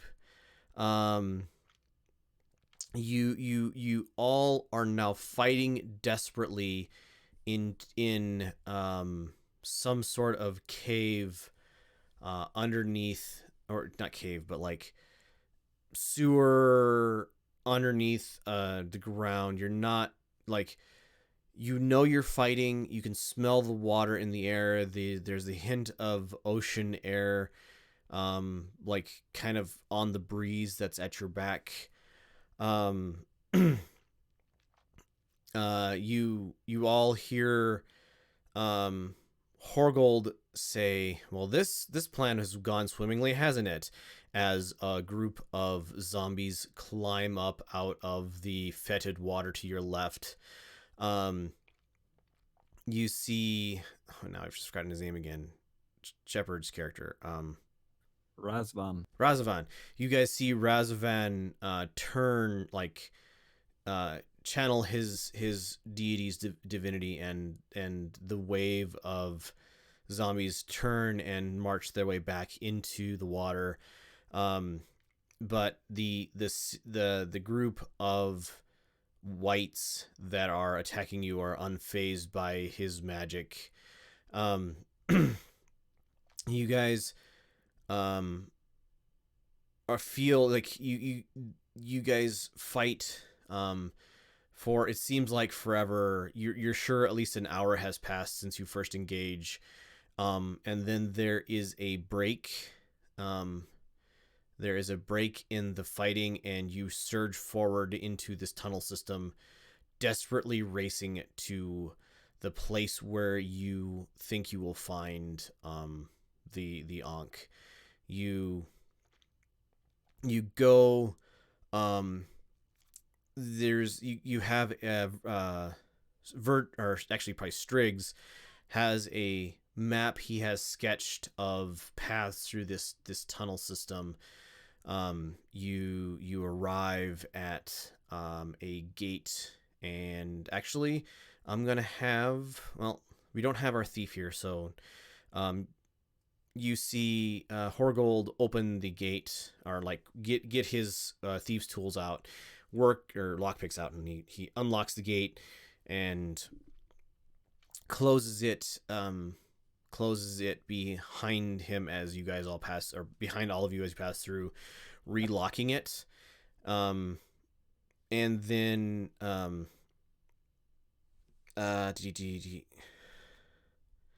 I will remember his name one of these times. Oh God, same name again. Same name again. Razvan. Razavan looks at you. Vergeros looks at you and says, "Are you sure it was going to be in his house?"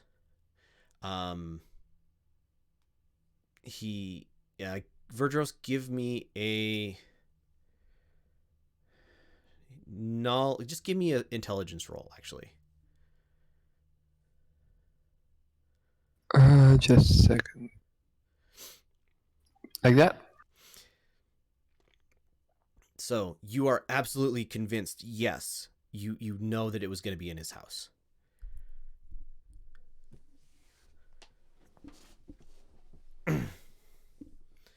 Do we know this is the house of the Lich, or? Striggs, your map shows two different locations, two different paths through this tunnel system. The path that you guys have followed is the path to his to Abu al-Fahad's former residence.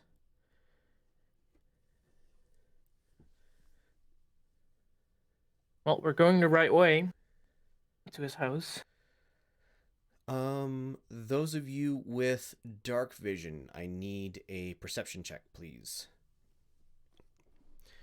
Hollick, you are carrying a candle. I no longer need this one. Oh, right, you do have dark vision. Never mind. Yes. Horgold has a oh, good lord. Horgold has a candle so that he can see basically beneath his feet, but it does not cast light much past that.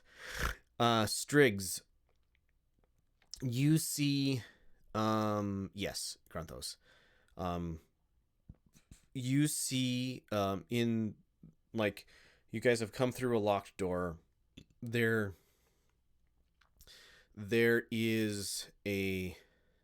kind of a hallway that turns off to your right, and you see coming around the corner,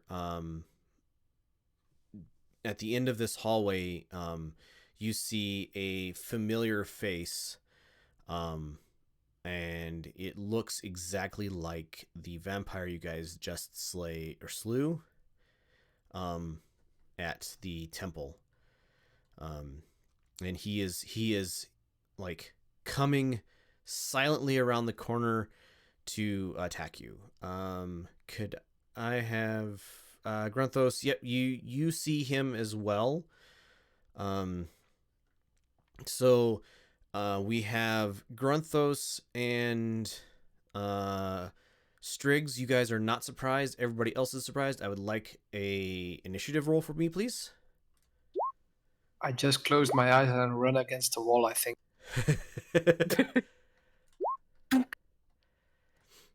All right. There. Do you see my roll? 18 from Vergeros, 8 from Hollock, Grunthos. All right, I'm gonna need to pop into this. We have Vergeros first. Control. So this is in our dream, so Yep. to speak. You. It feels real, right? It I feels- presume. Okay, so it feels as real as any time you have existed in your life. Striggs, we're gonna come back to that in just a minute. But the only thing that strikes you, like, there is you have the memory of the desperate fight when you were down in these tunnels, but you don't like, there's a gap there. You don't have any memory of the time leading up to why you are in those tunnels fighting that fight, other than your brain has started filling back in, like of course brains are very good at filling back in information if they're left with a discontinuity. Grunthos is 13. Hollock is 8. He is that. Horgold is not here. Did you know that Roll20 has an initiative tracker as well? Do you Uh, ever want to use it? I need to start using it, but I don't. Okay. The fun part is if we click our own tokens and then roll initiative, so if we select our token, then roll initiative, it automatically adds them.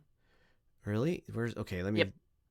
Bring... Yeah, I don't know where it is, but I know how that works on the player side. Maybe for next session or yeah, something. next session. Sorry, Striggs is 11 and Hollock is 8. All right, so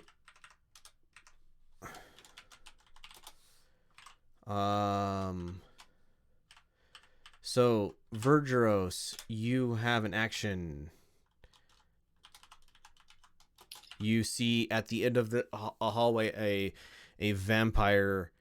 Like, it's a straight hallway. There's only the locked gate behind you, and there's a corner off to the right that the vampire came around. There's nothing else in this place. Probably 10 feet wide. How far away is it? 30-ish feet.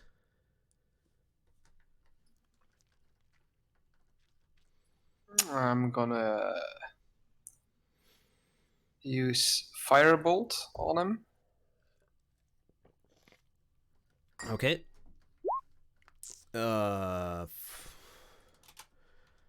14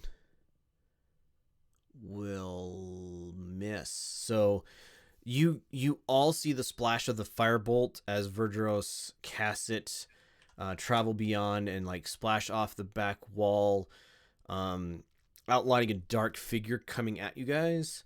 All right. After Vergeros, Just a second, Sam. Yep. Can I use one in my ring as well, or is that a separate action? If you want to cast 2 spells in a round, you have to Use a must cantrip. be a bonus One of roll. my sources. Yeah, sorcerer point. you have to use your sorcerer points to speed up one of them, and one of them has to be a cantrip, and I don't remember exactly how that works, but basically, yes, you have to use sorcerer points and basically make a spell into, instead of being an action, into a reaction's not right, but the faster Bonus time. action. Yeah, bonus action, and then cast the other spell. So, do you want to have done that with your firebolt? Yes. Okay, so spend your sorcerer point, and then go ahead and you can either cast one of your normal spells, I think a cantrip, or cast a spell from your ring. Okay, I'm going to cast my Firebolt again normally now, Okay. this time. That's probably not the right rules, but whatever. Oh, sorry. Yeah, no. I don't remember exactly how it works, but this works. 12 also But it misses. doesn't hit. Yeah, okay. So splashes off the wall across the other shoulder of him. The vampire like leaps down the hallway at you, moving impossibly fast, and lands on Razavan and rips his throat out, drinking heavily from his blood. Razavan goes down. Next, Grunthos, you're up. You now standing next to a vampire that has just killed Razavan. Like, you are certain 100% that Razavan is dead. Teeth grinned, hand grasping the spear, casting Hunter's Mark and stabbing. Okay. Go for it. I did not see the roll. Or I did see the roll. So you I got a rolled a 10? 10. Yeah. That misses. 10 to hit. So your spear swings wide as the vampire like contemptuously bats it away from you.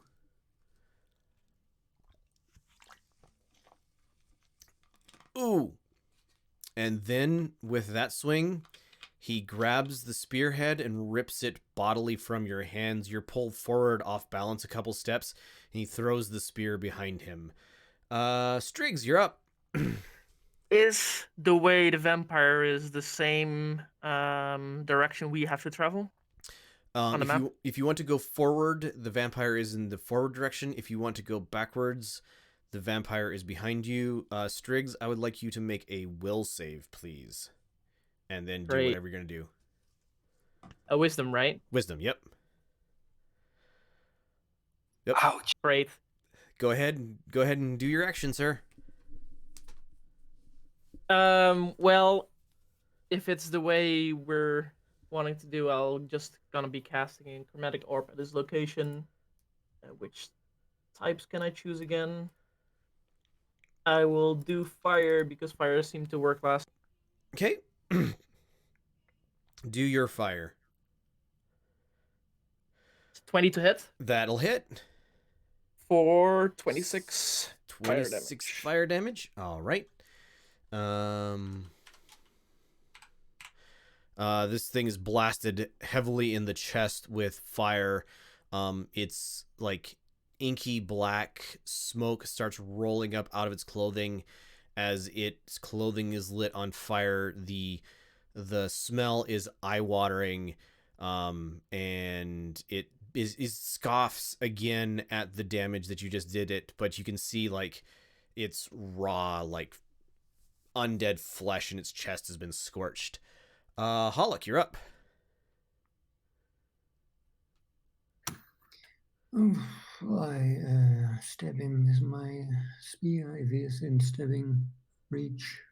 Yep. There is always enough room for you to be where you need to be, as long as you are not trying to get past this guy. Which seems a little weird, but no, you accept it. 18 will hit. For how much damage? Oh, I think that 12 we pierce, messed up. lightning, right? 17. 17, yes. All right.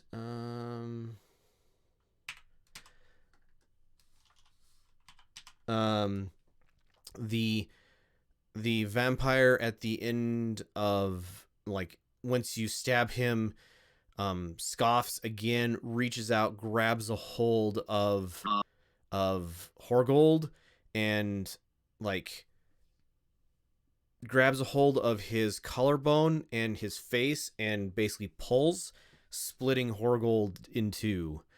Vergeros, you're up. Ooh, Great. I can attack again. Oh, well, go for it. Two attacks. Right. Maybe we have to retreat. He seems too strong. That will hit, absolutely, for 20 more damage. Yes. Then I'm done. This creature is looking extremely tattered at this point.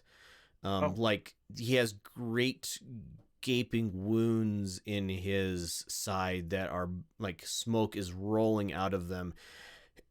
His clothing are on fire. His clothing are on fire? His clothing is on fire, and he's still scoffing at you as like bits are falling off of him from Hollick's blow. Vergeros, I would like you to make a wisdom save with disadvantage, please. So that's just clicking on wisdom. It's your. I think there's an actual like will save. You might get a bonus. Saving throws. Yep, saving throws. Yep, that's fine. Your turn. How close is the creature from me? Strangely enough, it is exactly as much distance as you want it to be. It is exactly the right distance for whatever you think you're wanting to do. I'm going to do a fire breath on him. Okay. So you I'm need just- to make a save. I'm searching it up right now. Okay.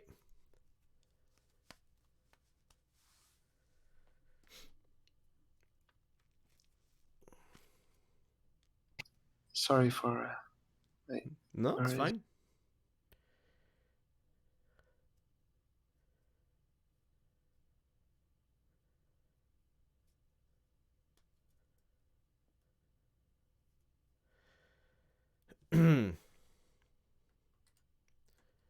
I can't seem to find it immediately. I Strix- boosted the link.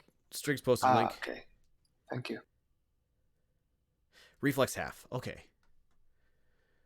Roll your Where do I do that? That's roll not your a roll. damage. So What level are you casting it? yep.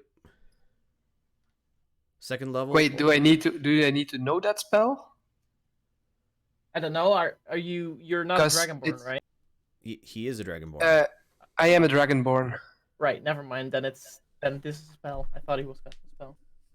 No, it's not a spell. It's just a dragonborn, a perk or a Ability. feat or ability.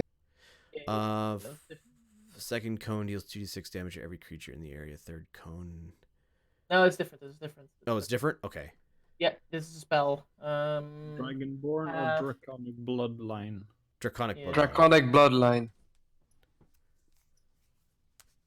Which is different from Dragonborn, I thought. Yes, it is. There is also a link. Thank Depends you. on what type of dragon you are. Fire. I'm a red fire. Red. Well, you have a cone or wait, fire is always cone. Yep. 30-foot cone. Breath weapon. 10 plus your half your sorcerer charisma fire 1d6 of damage per of your energy type per your sorcerer level. All right. So you do I'm level 8. 8d6 of damage. So roll that. He made his save, so he takes half of that. So roll your 8d6, good sir. Something like that. That's a lot of damage. 27 div 2. It's fire damage, obviously. Yep. Is 12, 13. So your breath scorches out, lighting this place as brightly as daylight. You see your fire breath take him out at the knees, and now you have a vampire floating on a cloud of smoke, standing before you. His basically from thighs down is gone, but he's still standing there scoffing at you. It is his turn. We're going to finish. So he takes a deep drink of Horgold's corpse. You see the vampire's legs like growing back from where they are. And then he swings at Holoc and Grunthos. 27 to hit Grunthos, or rather 27 to hit Holoc and 21 to hit Grunthos. It's Yep. So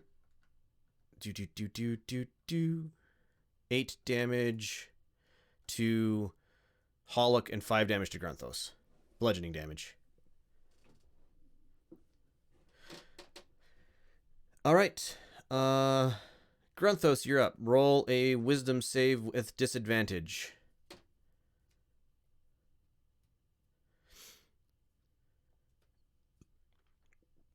All right, you're up. Your spear has been ripped from your hand. You would have to get past the creature to get it.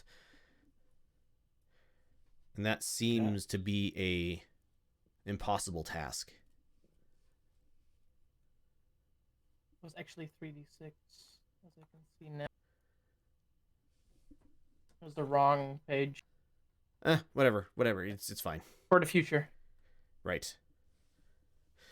Yeah, just make note of it in your character sheet for future. Pull my short sword. Start hacking away. Okay. Roll to hit. Is it just a non-magical short sword? Yep. All right, roll to hit.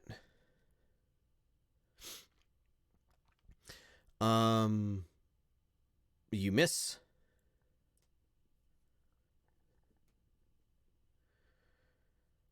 And that hits. You feel the sword connect with the creature. You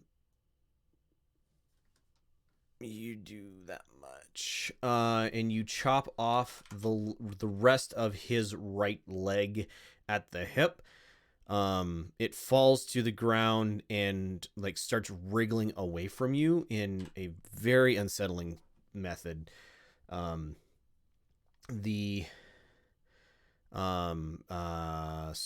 Striggs, you're up next. Give me a wisdom save with advantage, please. 12. Okay, continuing on. Is he in range of our friendly still for fireball? Everybody is at the perfect range for exactly what you want to do. So fireball it is. Yep, fireball works. So DC 15 for half.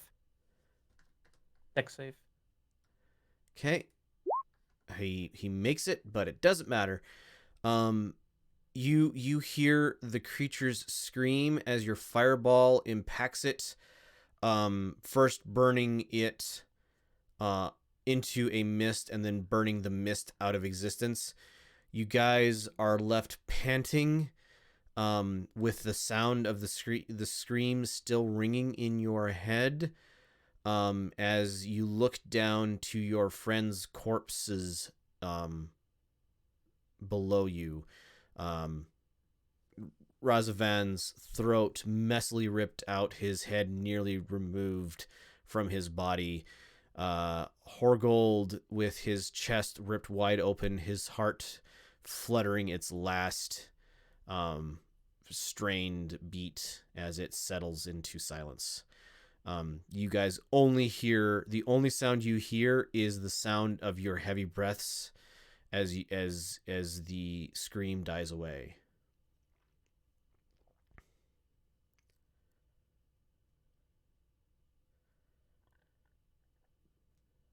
So we're still in the cave system or the sewer system. You're still in the sewer system. There is a locked door behind you and a path ahead. Well, we'll worry about the luck later. We have something more important right now. Can any of you guys help our teammates? And otherwise, I think we have to move on. Aren't they dead? They are very dead. I don't know if anyone has some kind of magic or something. I don't know. I'm just saying. I don't, anyway. No, No, not for me dead neither. people. I gather the spear before I mosey on. All right. Mosey on. You guys travel down the hallway. A quick search of the blank wall at the end of this path to the right. Grunthos, you spot a hidden catch and click it. The wall swings forward, and it opens into a study of some sort. In the center of the room is a like a pedestal, flat, with some sort of like assemblage on it. In the center of that is a bronze ankh. It is bejeweled, and it is like very fancy, like bejeweled, what have you. And you guys can see it like glowing with magic. Could I have Hollock and Striggs each make a wisdom save, please? Yes. There we go. Hollock, you smell a very familiar smell in the air, and you realize that you are dreaming. You make the connection that the reason that you started off in the middle of fight is because you had fallen asleep. You were on where you were in Orkland, and this is a dream. The familiar scent in the air is the scent of the Feywild near. Shoot, I just forgot her name. Aurora's home. And as you like mentally realize this, Striggs and Vergeros and Grunthos, you like feel this like calm come over you as like you look at Hollock, and then you can smell the scent in the air of the Feywild, and you all also realize that you are in a dream. Striggs, you realize that this dream is a oracle's not exactly the right word. It is a possible future. There we go. Can I still cast Detect Magic to see around the room, at least to figure out if there's any traps or anything? Absolutely. So you cast Detect Magic. This you can kind of sense, because you know you're in a dream state, you can kind of sense the magic of the dream itself, but because you know you're in a dream, you can separate that out from what the actions you're taking are. And the Ankh in the middle of this room is like bleeding very heavily. Like there is so much magic in this place, or in this one object, that It's drowning out the rest. it's kind of drowning out anything else around it. It is necrotic magic, very powerful. You think that if a living creature touched it with a bare hand, it would like bare flesh, it would be very bad for them. That's good to know. All right. Could I have everybody who now realizes this is a dream, which is everybody, make an intelligence check, please? Yep.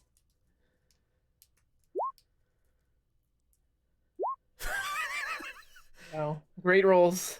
All right, Vergeros.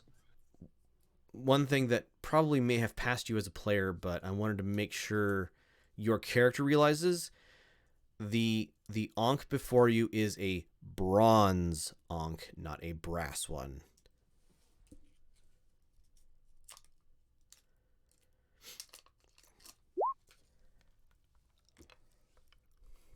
Yes, you are Grunthos.